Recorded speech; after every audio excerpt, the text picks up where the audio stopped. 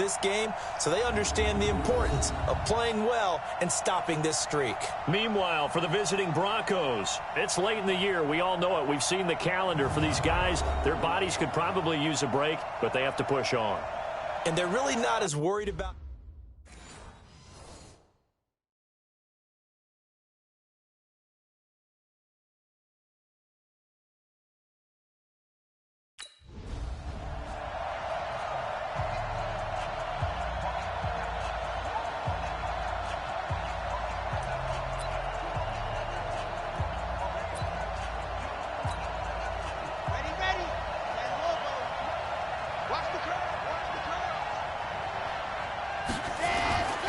On first down, he'll drop to throw. And Sutton hauls it in over the middle. For Sutton, the receiving numbers from last week's game. He took out some anger, some apparent anger against that defense. The yards just kept going up and up and up. Yeah, he was just running up and down the field doing whatever he wanted. By the end of the game, he was seeing 2, sometimes 3 defenders on every snap. Yet he was still making play after play. It was like he was running routes versus air in practice. 2nd and 2. Open man, that's Noah Fant, the tight end. And all the way home for a Broncos score.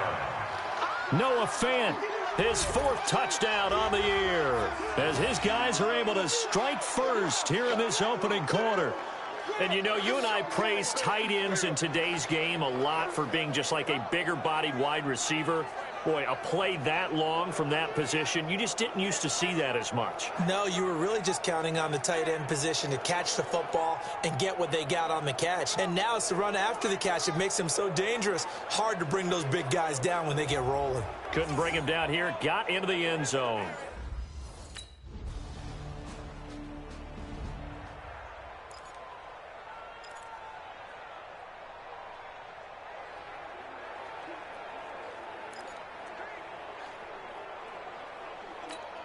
Here we go.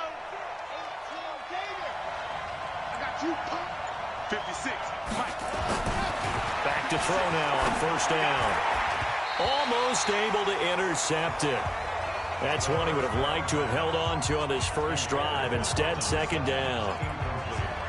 Tremendous coverage there. Just did not catch the football and complete the interception. But what do they say all the time? If he had really good hands, he'd be playing offense. From the 21, it's 2nd and 10.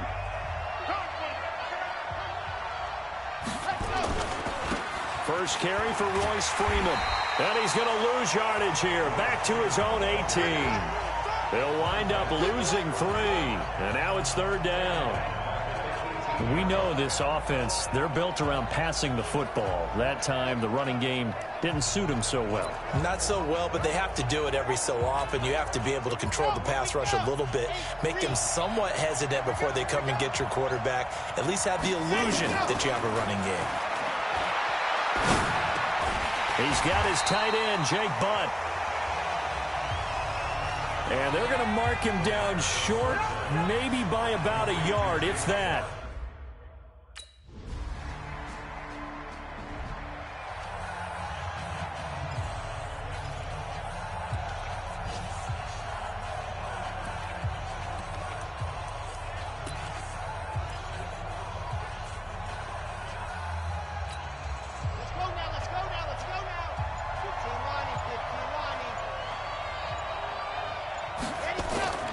On play action, they'll throw. Trying to lay one up deep. He's got a man, complete. And he'll have it past midfield almost to the 40 before being taken down. 39 yards there, a big one. The defense, they weren't fooled on that post route. They just couldn't make the play. And the offense definitely tried to fool them because you saw the other route combinations, didn't you? Anything that they were running trying to draw attention away from the deep part of the field, but still had it covered, yet they were able to come up with a nice play. After one, 7-3 the score on EA Sports.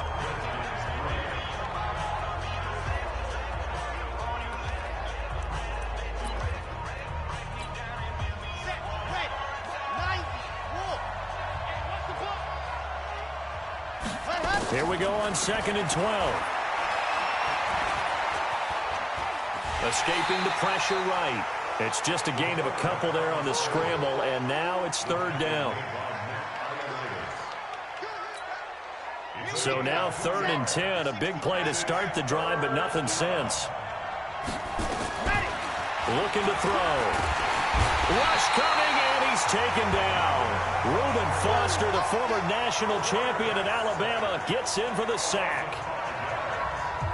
Well, that play was the very definition of fast, quick, and in a hurry. Suddenly, he was there. Yeah, blink of an eye, that happened fast, and a big sack.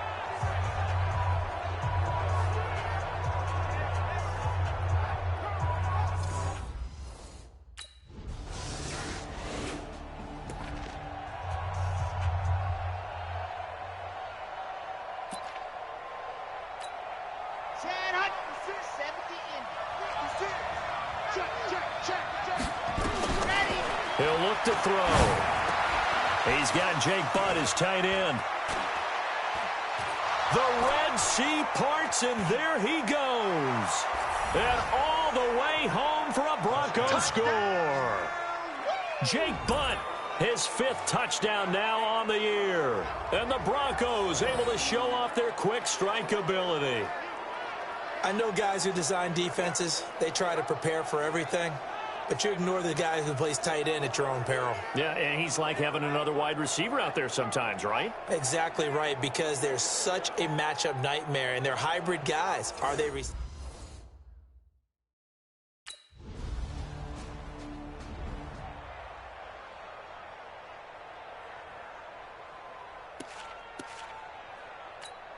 10 Tucson. Right there. 56. Back to throw now in his own end zone. And he's able to get this across the 10 before being taken down. Nothing open downfield. He keeps it himself for 11 and a first down. Well, it looked like a quick hitter, a 3-step drop. But when it's not there, what do? He elects to try and escape through the massive bodies up the middle, and he does so and picks up positive yardage. So a little more space to work with here from the 13 on 1st and 10. He'll look to throw. Got a man. That's complete to Hamilton. And brought down, but not before reaching the 25. A Bronco first down there, 12 yards on the play.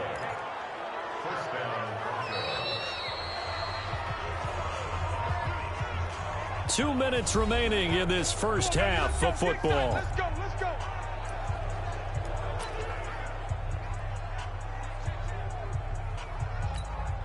A reminder, once we hit Coachman in Orlando, he'll have all the stats and scores from games in progress around the NFL. The best multitasker in the business, the coach. Now here's a pass on first down that's knocked away and incomplete. An incomplete pass leads to 2nd and 10 from the 25. Airing it out for Hamilton. It's caught inside the 25. It's a big play there for the Broncos. 57 yards. Line of scrimmage moves from their own 25 all the way to the red zone now for 1st and 10. And this is caught by Sutton. Touchdown Broncos. Courtland Sutton with touchdown number 29, too short of LaDainian Tomlinson's all-time record 31. And the Broncos push further out in front. And in the red zone, I guess this is why you have a guy like that on your roster. Without a doubt, and if you have him, you use him, because he's a guy who's going to win just about every...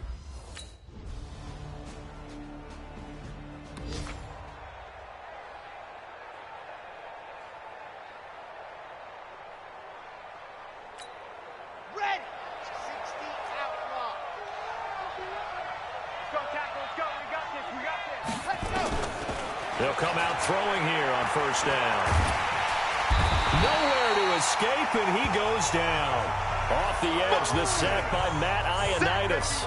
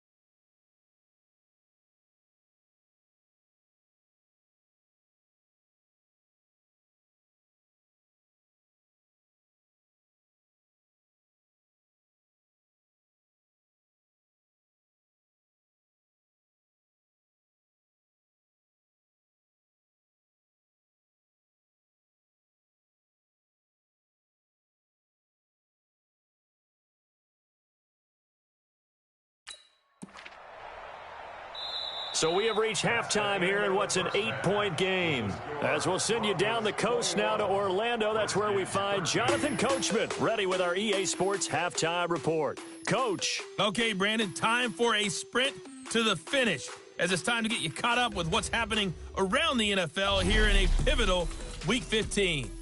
We'll start right here in Florida, just to the west of us, as it's a battle for Florida between Miami and Tampa Bay. And it's the Buccaneers who are out in front with that game closing in on halftime. Chris Godwin, 2 touchdown catches on the afternoon. Next, we head up to the Windy City. Check on the Bears at home, Soldier Field. And they've got the lead over the visiting Arizona Cardinals. Mitchell Trubisky's looking good. 3 touchdown passes. Finally, let's get to the country music capital of the world and see what's happening with the Titans at home in Nashville. And they've got the lead in their ball game over the visiting Cleveland Browns. Adam Humphries, a touchdown reception. Meanwhile, in our game, it's been a back-and-forth first half. Who can put it together in the second half? For the answer, we turn it back over to our broadcast team of Brandon Gaudin and Charles Davis.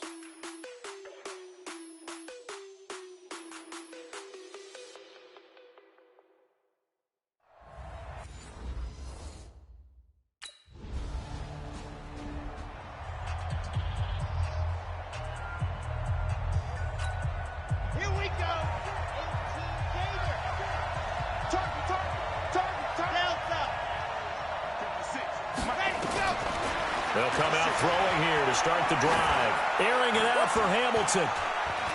It's caught at the 10. A huge play there for Denver. 61 yards. Excellent execution, and now they're set up nicely. Are they ever? Red zone? I wonder what the next play call is going to be, because after a big play like that, a lot of teams like to use the momentum to launch another one. Well, that didn't take long. One play, and we're already looking at a first-and-goal situation. They'll drop the throw. So a nice job to break the one tackle, but not much daylight after that as he's brought down. He'll get just a yard on the scramble. It's second down. The 6-yard line, the line of scrimmage on second and goal. 2nd and 6.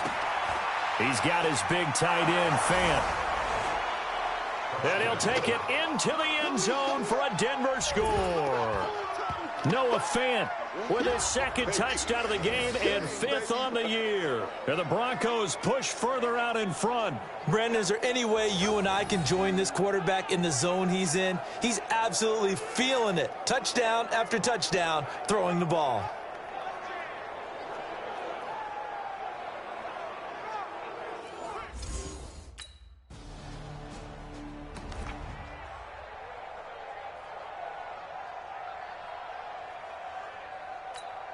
Here we go, here we go. Hey, Reed. Come get some. Come get some. What happened? They'll look to throw here on first down.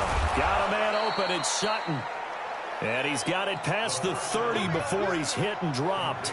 That one going for a gain of 11 and a Bronco first down. That was a nicely run slant route, and what the receiver's trying to do is make the defender think he's going upfield for a deeper route, and then breaks it off, usually after about 3 to 4 steps, and cuts towards the middle of the field. And now what he's trying to do is use his body to keep the defender away from the football. And got his man complete.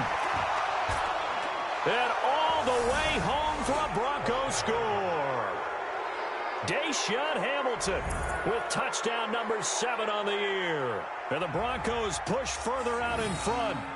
And that was just a fly route. There was no stop. He just went. Yeah, and it was beautiful to watch because you have to set it up as you go along. Everyone knows he's fast, so you play him for that. That's the number one thing you want to take away. But as you go through a game, sometimes you vary the speed in which you come up.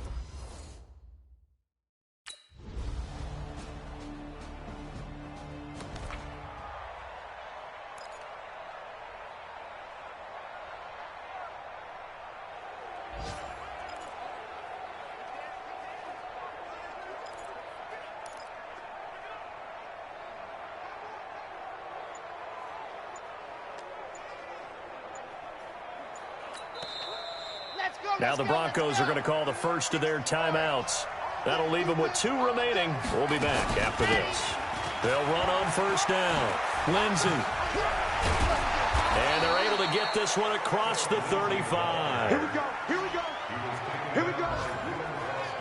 With a lot of the media, Charles, ourselves included, starting to prep those MVP ballots, you wonder if last week's performance, which he admitted was not very good, if that hurt him at all coming down the stretch. Less than 50 yards on the ground in last week's game that you referenced, and let's face it, if he has another game like that, we'll erase him from the MVP discussion. He won't even be talked about anymore. He has to bounce back with 100+ in this one in order to stay in that race.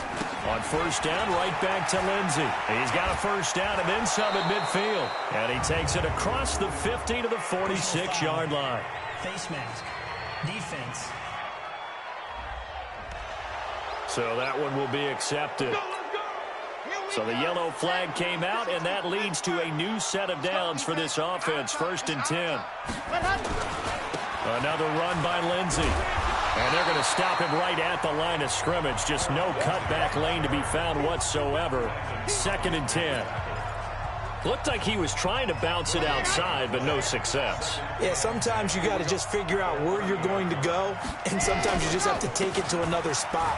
And trying to get it outside, the defensive pursuit was there and just ran him down.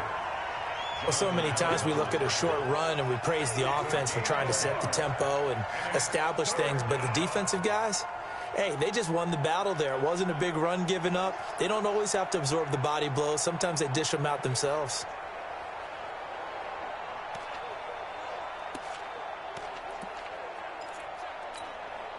They got to get it to the 21 here on 3rd down.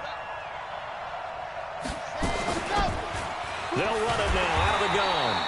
And he'll be brought down at the 28, and that is well short of the first. Just a 1-yard pickup there, and it'll be 4th down.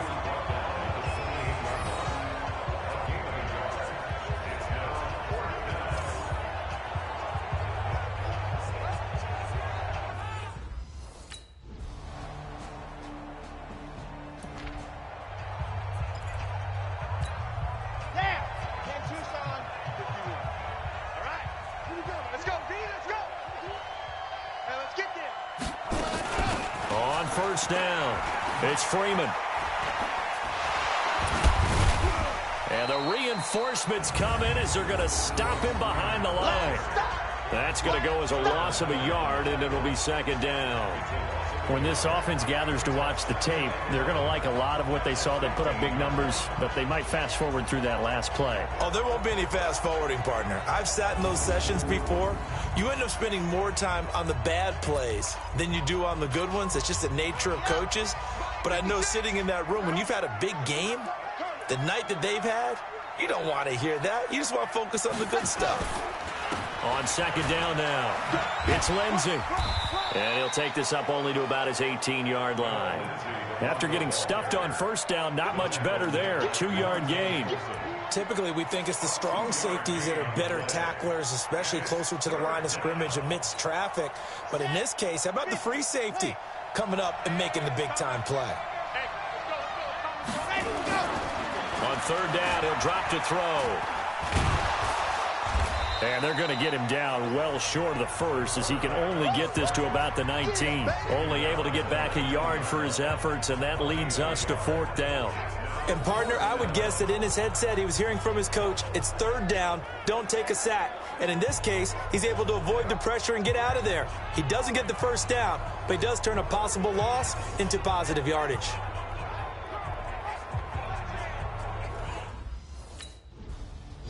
So this one will wind up a Denver victory. And they say it's never easy to come into Denver to win because of the altitude. They look pretty comfortable in the altitude. They certainly did. I'm not quite sure how they got prepared. And it's always been a big debate about what to do. I lived out there at one point. I lived in Colorado Springs. And I remember saying to someone after my 2nd or 3rd day there, like, this altitude thing, this is no big deal. And day 4, it hit. And it hit hard. And it took me a while to get ready and get acclimated. So some teams, they like to come in early, try and get on a schedule.